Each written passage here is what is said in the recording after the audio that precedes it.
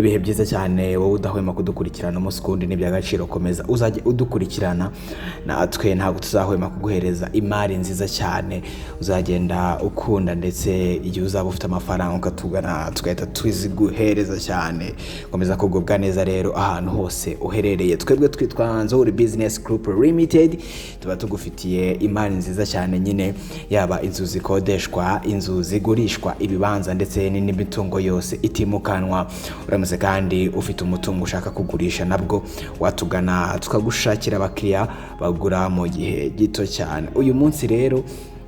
tugufitiye inzu nziza cyane iherereye Kamonyi Bishenyi iri mu kibanza kinini gifite metero kare 600 ifite parking ndetse na jardin nziza ifite ibyumba 4 ikagira toilette 3 ikagira salon ndetse na salle à manger ifite kandi na cuisine nziza cyane igiciro cyayo ni miliyoni 28 ariko zishobora no kuganirwaho uramutse ushaka ibindi bisobanuro kuri iyi nzu wahamagara 07888667 cyangwa 0782230123 ushobora kandi no kudusanga aho dukorera ni ku Muhima hafi y'inyubako yaho zikoreramo ya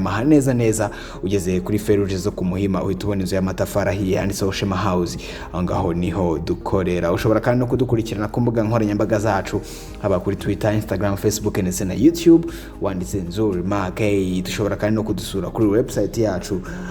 wanditse wa3.NZIZA.rw naho tuba dufite imitungo igiye itandukanye kuri izo platforms zacu zigiye zitandukanye nibagirwe gukora subscribe kuri iyi channel ndetse nibagirwe gusharinga iyi video ku nshuti n'abavandimwe ikindi dufite n'indi service ya property management mu gihe cyose waba ukeneye abantu bakumanagingira imitungo watugana nabwo turabikora neza kandi cyane